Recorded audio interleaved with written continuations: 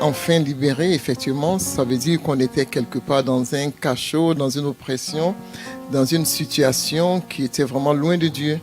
Et moi, ma prison, effectivement, j'étais dans une prison, comme tout un chacun, je pourrais dire ici. Et ma prison, c'était l'islam, tout simplement. Ouais. C'était l'islam parce que je suis issu d'une famille musulmane. Et il fallait pratiquer l'islam. Je ne sais pas si je peux rendre ce témoignage. Et donc, j'étais enfant lorsque on m'obligeait à faire la prière. Et je n'aimais pas du tout. Donc, j'étais une petite rebelle. J'étais tout le temps battu. Tout le temps battu.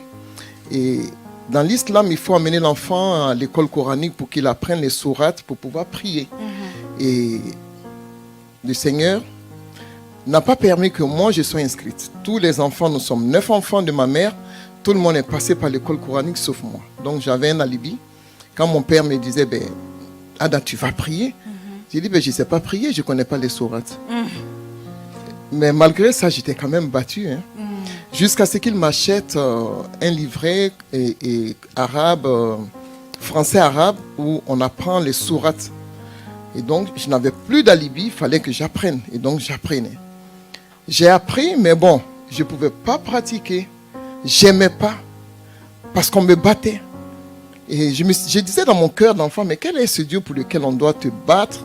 On ne te manifeste pas l'amour. On te bat pour que tu... Voilà, pour que tu pries. Pour que tu l'adores.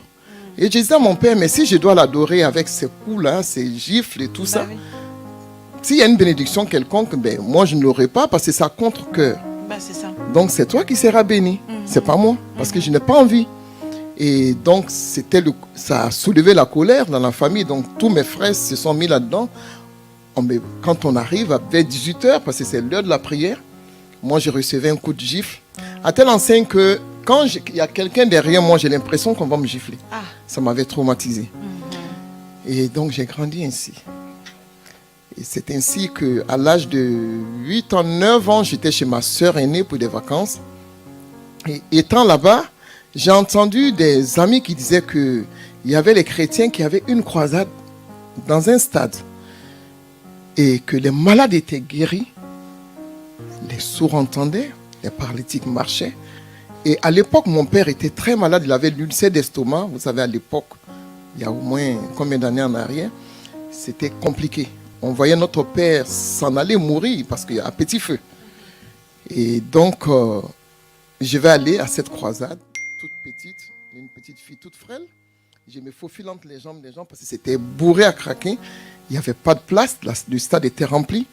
Et j'ai réussi quand même à me faufiler et je regardais sur le terrain des béquilles, des chaises roulantes qui témoignaient que des malades étaient guéris. Et ça m'a impressionné. Des paralytiques qui couraient. C'est-à-dire qu'ils n'avaient plus besoin de leurs béquilles, de leurs chaises roulantes. Et ça m'a tellement parlé. Avec ce cœur d'enfant, quand je suis rentré chez moi, j'ai dit à ma grande sœur, les chrétiens, il y a quelque chose qui se passe là-bas que nous, on n'a pas. Est-ce qu'on ne peut pas amener papa? Elle m'a dit, Ada, laisse les chrétiens là où ils sont. On ne peut pas amener les papas là-bas parce que nous, on est musulmans et eux, ils sont chrétiens. Et ça m'a vraiment parlé. Et donc, dans ce cœur-là, certainement, je parlais à ce Dieu inconnu que je ne connaissais pas. Et mon père, il devait subir l'opération. Il avait même peur de cette opération. Et il va à l'hôpital, on fait les examens, il n'a plus rien. Je crois que le Dieu là m'avait entendu, quand bien même que je ne le connaissais pas encore.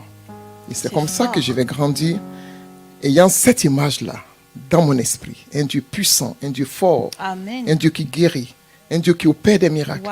Je vais grandir avec cette image.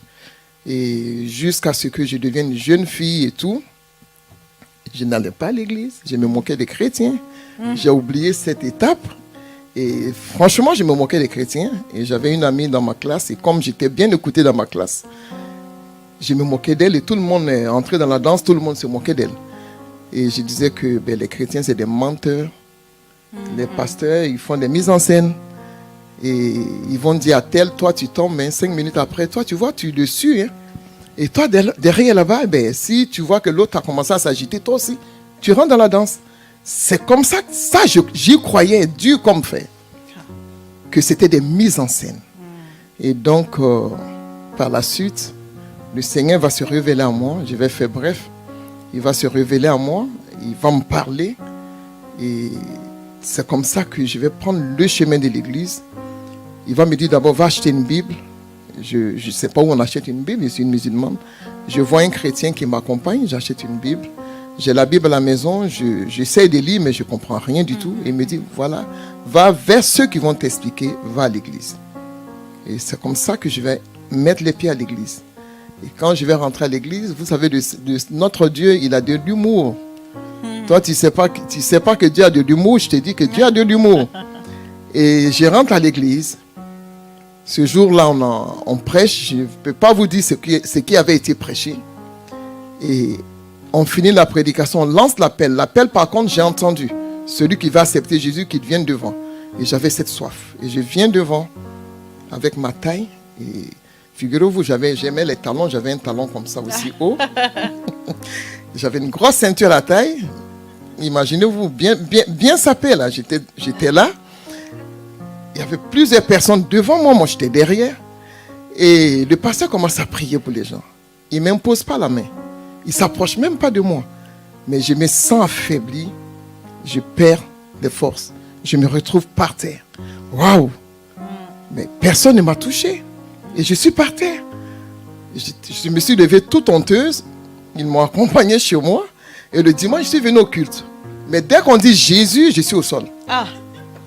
Le nombre de fois qu'on va dire Jésus, je suis par terre. C'est pour dire quoi? Tu dis que dans mon église, dans ma maison, c'est des mises en scène. Maintenant, toi-même, tu vas voir si c'est mise en scène ou pas. Et là, j'ai constaté que ce Dieu, il est tellement fort, il est tellement puissant. Puissance dans le nom de Jésus. Il est tellement puissant. Et j'avais un lien, c'était l'esprit des eaux. C'était l'esprit des eaux. J'avais été initié, livré à l'esprit des eaux. Et voilà que dans cette prison encore, Dieu va me sortir de là. Amen. Il va briser la prison de l'islam pour faire de moi une femme de Dieu, une chrétienne, une affranchie, une femme libérée. Et ensuite, la suite, vous la voyez. On la voit. Amen. Gloire à Dieu. Aujourd'hui, je peux dire, je suis enfin libre. Amen. Dès l'instant où j'ai connu Jésus, j'ai été libéré. Amen. Et je lui rends toute la gloire. Amen. Amen. Gloire à Dieu.